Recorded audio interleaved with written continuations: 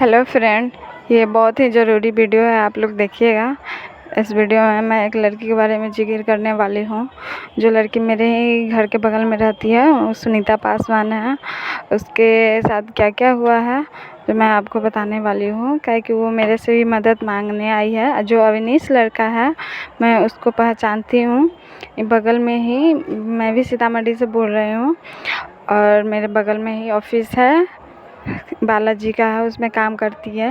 ये एक दिन मेरे पास आई भी थी, रोते का है कि वो सब मारपीट करके है ना से इसको घर से निकाल दिया था। जब ये उसके घर गई थी तो वो सब घर पे नहीं था, ताला वाला लगा के कहीं भाग गया था, तो इसको खाने पीने के लिए नहीं था। तो ये एक दिन आई थी मेरे यहाँ, मदद मांगे थे, तो मैं अपने यहाँ इसको खाना वाना भी खिलाई थी और बोली थी कि नहा वहा लो बढ़िया से और फ्रेश व्रेश हो जाओ। तब ये फ्रेश व्रेश हो गई थी, तो मैं इसको कपड़ा भी दी थी। मेरा भी कपड़ा, ये जैसे कि मेरा कपड़ा ये एक दिन पहन के गई थी, समझे।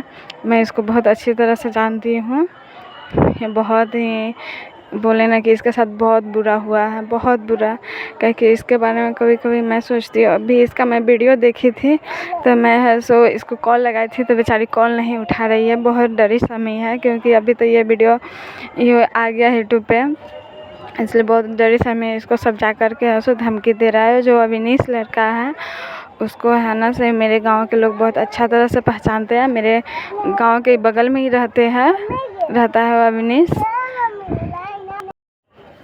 अविनीश जो है गुंडा मावाली टाइप का लड़का है, तो अभी बेचारों को धमकी उमकी शायद मिल रहा है और पता नहीं क्या कि मुझे भी धमकी मिल सकता है, क्या कि मेरे हस्बैंड को बहुत अच्छा तरह से वो अविनीश पहचानता है, तो इसके लिए मुझे भी डर लग रहा है। मगर मैं फिर भी ये वीडियो डाल रही हूँ, आप लोग देखिएगा और देख कर कमेंट कीजिएगा क्या इस लड़की को इंसाफ मिलना चाहिए। क्योंकि ये बहुत केस उस भी की हुई है, मगर पुलिस प्रशासन कुछ नहीं कर रहा है। सबको पैसा वैसा खिला, अभी कोई फैसला नहीं आया है, समझे। एक लड़के के साथ कितना गलत हो रहा है, सो आप लोग देख सकते हैं। अभी बहुत ही डरी समय है, क्योंकि इसको बहुत धमकी मिल रहा है। और मेरे गांव के औरत सब तो और ज़्यादा इतना ख़राब है कि कुछ कहने लायक ना। और वो अविनीश को सिखा पढ़ा के बोल रहा है कि ये ऐसे कर रही हो, ऐसे कर रही है, ऐसे करो वैसे करो, बहुत बात सिखा रहा है। तो बहुत लड़की डरी हुई है। प्लीज़ आप लोग सपोर्ट कीजिएगा, इस लड़के को इंसाफ मिलना चाहिए, क्या कि बहुत गलत हो रहा है। मैं अकेली इसके साथ खड़ा हूँ मगर मेरे से कुछ नहीं हो रहा है। मैं इसको बहुत कुछ का सपोर्ट करती हूँ मगर होता नहीं है। अभी हम मौजूद हैं सीतामढ़ी में और हमारे साथ देख सकते हैं एक पीड़ित महिला है जो कि काफ़ी न्याय की गुहार लगा रही हैं। काफ़ी ज़्यादा दौड़ धूप कर चुकी हैं और इनको आज तक न्याय नहीं मिला। ये जो महिला है, इनको प्यार हुआ था किसी से और शादी हुई और वो लड़का जो है इनको छोड़ दिया है और गर्भपात भी कराया है। क्या नाम हुआ मैम आपका? मेरा नाम सुनीता कुमारी। कैसे क्या हुआ था आपके साथ? मैं बालाजी हुंडई में सेल्स में काम करती हूँ। वहाँ पे अपने कहाँ पे? सीतामढ़ी। वहाँ पे अवनीश आया था अपने फ्रेंड के साथ गाड़ी लेने। उसमें हम लोग का एक विजिटिंग कार्ड का नंबर होता है, हम लोग देते हैं वहाँ पे। वो नंबर लेके गया, वो मुझे रात से 12 बजे रात से परेशान करने लगा कॉल करके। करीब वो मेरे को 4-5 रोज़ कॉल किया। कॉल करने के बाद वो बार बार मुझे प्रेशर देता था कि मुझे शादी करना है, आप शादी नहीं करोगे तो मैं सुसाइड कर लूँगा। फिर मैं कितने बार बोली कि मैं ऑलरेडी मेरे साथ कुछ ऐसे 2 घटनाएं घट चुकी है जो मैं शादी नहीं कर सकती किसी से। तो फिर भी वो लोग, मैंने उसको सारी डिटेल बताई, पहले बीती हुई अतीत भी बताई। फिर भी वो बोला कि मुझे आपके अतीत से कोई लेना देना नहीं है, मैं शादी आपसे करूँगा। तो मैं उसको बोली कि अपने फैमिली को लेके आओ, तभी मैं कुछ सोच पाऊँगी। फिर वो अपने फैमिली को लेके आया 13 फरवरी को जानकी मंदिर में अपने फैमिली को लेके आया। और सारे उसके फैमिली में उसके माता पिता, भाई भौजाई, जितने भी 100 लोग थे, सब मेरे से बात किए।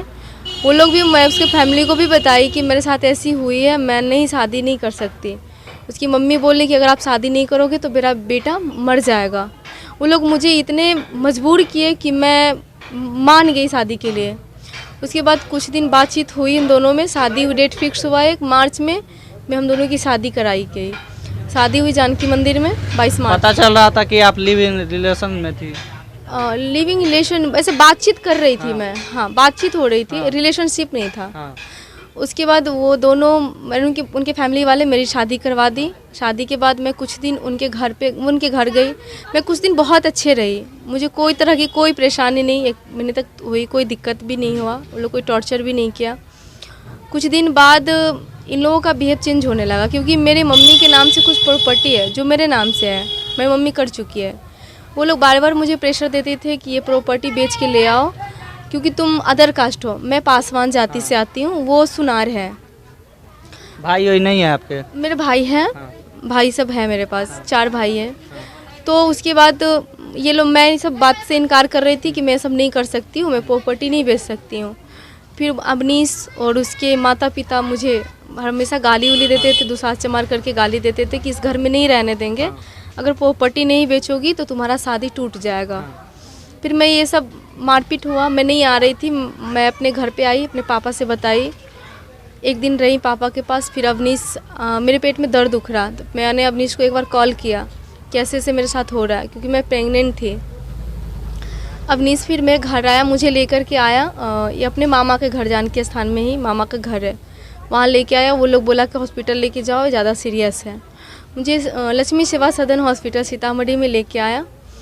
वो सब, उसके माता पिता, भाई, चाचा चाची सब आए और मेरी गर्भपात करा दी गई, डॉक्टर को बोल करके कि इसका गर्भपात कर दीजिए। फिर मैं तो बेहोश हो गई, मुझे मेरे साथ क्या हुआ नहीं हुआ मुझे नहीं पता, मेरी गर्भपात करा दी गई। उसके बाद जब गर्भपात हो गया, मेरा हस्बैंड मुझे, सास ससुर सब ले जाके, मुझे घर नहीं ले जा करके एक रूम दे दिया और उसमें मुझे अकेला छोड़ के लोग चला गया। फिर मैं घर गई, गांव पे गई, एक दिन बाद मैं गई और साढ़े पंच को बोली कि देखिए ऐसे ऐसे मेरे साथ प्रॉब्लम ये लोग कर रहे हैं, मैं कैसे क्या करूं। मेरे ससुराल वाले पक्ष को बोले, क्योंकि मेरे ससुर है ना पेशा से सरपंच है, अभी वर्तमान सरपंच है और डॉक्टर भी है वो। सब लोग बोले कि आप तो दूसरे के साथ ये करते, इंसाफ करते हैं, आप अपनी बहू को नहीं रख रहे हैं, जो इस तरह से नहीं चलेगा, आप इसको घर में रखिए। वो लोग बोला कि ये अपने संपत्ति बेच के आएगी तो रहने देंगे, नहीं तो नहीं रहने देंगे। बात इसमें फिर मुझे वहाँ से मार के भगा दिया वो लोग। फिर मैं आई थाना पे, डुमरा थाना, 19 तारीख को आई। वहाँ पे वो लोग को बुलाया गया तो बॉन्ड बनाया कि मैं अब से अपने बहू को अच्छे से रखूँगा, कोई तरह की दिक्कत नहीं करूँगा। फिर मुझे 12 बजे रात में थाना छोड़ा हम दोनों को, तो वो लोग घर ना ले जा करके फिर डेरा पे ही ले आया। उसके बाद फिर 1 दिन 2 दिन मेरे हस्बैंड साथ में रहे। 23 तारीख के फिर मारपीट करके ये लोग यहाँ से अपने बच्चे, मेरे हस्बैंड को लेके चले गए। और अब मैं तब से मैं न्याय के लिए दर दर भटक रही, थाना, कोर्ट, कचहरी, पुलिस, हर जगह जा रही हूँ। अभी तक मुझे कुछ इंसाफ नहीं मिला है। प्रशासन के तरफ से क्या बोला जा रहा है? प्रशासन की तरफ से बोला जा रहा है, SC थाना में मैंने FIR दर्ज करवाया है, वहाँ से बोला जा रहा है कि मैं करूँगा, कुछ वेट करना पड़ेगा। ऐसे SP DSP सबसे मैंने मिला है, ऊपर में भी सबसे बात किया है, सब बोल रहे हैं कि कुछ समय लगेगा, हो जाएगा। और ये लोग समय का वेट कर रहे हैं और वो लोग मेरे साथ कुछ भी कर सकते हैं, क्योंकि मैं किसी के घर में नहीं रह रही हूँ, मैं ऐसी ना उसके घर रह रही हूँ, ना मेरे पास ना भी नौकरी भी नहीं है, मैं ऐसी इधर उधर रह रही हूँ। तो मैं ऐसे कब तक भटकूंगी इधर उधर? मुझे अभी तक कोई इंसाफ नहीं। प्रशासन वेट कर रहे हैं कि अभी समय लगेगा, कोई सपोर्ट नहीं है अभी तक FIR के बाद अभी कुछ ही नहीं हुआ है। आपके पति कहाँ हैं? मेरे पति मेरे सास ससुर के पास ही हैं, वो मेरे पास नहीं, न मेरे से अभी उससे का न बात है न कॉल है, कुछ भी नहीं है, न वो मेरे से बात करता है न मेरे पास आता है। क्या लगता है आपको न्याय मिल पाएगा? मैं तो न्याय के लिए ही भटक रही हूँ, बट अभी तो प्रशासन के द्वारा मैं तो यही कह रही हूँ कि मुझे इंसाफ दिलाओ, किसी भी तरह से मुझे कुछ नहीं चाहिए, मुझे उस घर में ले जा के रखो आप लोग, मुझे इज्जत दिलाओ। लेकिन अभी तक कुछ नहीं हुआ, बट अब आगे देखिए आप लोग के सपोर्ट। अच्छा, आपको उस समय पता नहीं चला कि हमारे साथ बाद में इस तरह की घटना हो सकती है? पहले आप नहीं सोची? जी नहीं, ये सब मुझे पहले नहीं समझ में आया, क्योंकि उसके जो फैमिली वाले हैं ना, मुझे इस तरह से मैंने झांसे में दबोचे ना, जैसे मुझे कभी फील ही नहीं होने दिया कि ये लोग मुझे कभी कष्ट देगा या कोई तकलीफ होगा। मुझे ये लोग कुछ दिन बहुत अच्छे रखे हैं, इसलिए रखे हैं क्योंकि इनका बेटा तब तक मेरे सपोर्ट में था और अब मेरा हस्बैंड भी मेरे सपोर्ट में नहीं है। अच्छा, शादी होने के बाद आपके पिता, घर के लोग सपोर्ट में थे आपके? हाँ, सपोर्ट में है। मेरे भाई लोग के साथ में शादी हुआ। मेरे पास मम्मी नहीं है, मेरी मम्मी डेथ कर गई है। पापा है, उनको पैरालिसिस है। 2 भाई है, मेरे पास 4 भाई है, तो 3 भाई दिल्ली रहता, 1 भाई गांव में है। सब थे शादी में मौजूद थे सब। अब वो लोग भी जा रहे हैं वहाँ पे, लेकिन अभी बार बार वो लोग जाति सूचक शब्द करके सबको गाली देते हैं। मेरे फैमिली से भी जाते हैं तो बोलते हैं दुसाध समार ये वो नहीं रखेंगे, इस तरह का कर रहे हैं अभी प्रॉपर्टी के लिए। बस सब ये लोग ऐसे कर रहे हैं। कितना जमीन है आपके पास? मेरे पास 6 डिसमिल है। आपके नाम से जमीन कौन किया था? जमीन मेरे नाम से, जैसे मेरे मम्मी है ना, वो मेरे एक भाई है छोटा सा, उसके पास थोड़ा सा उसने सोचन शक्ति नहीं है, इसके वजह से मेरी माँ मेरे और मेरे भाई का प्रॉपर्टी मुझे अलग ये कर दी कि तुम दोनों अपना एडजस्ट करना, अच्छे से रहना। और 2 भाई कहाँ रहते हैं? 3 भाई? 3 भाई के नाम से कोई जमीन नहीं है? उन लोगों को भी 17 डिसमिल है। हाँ। वो लोग अलग रहते हैं। हाँ। फिलहाल जहाँ पे मेरा घर बना है वहीं पे मेरे भाई लोग रहते हैं। घर मेरे प्रॉपर्टी में बना हुआ है।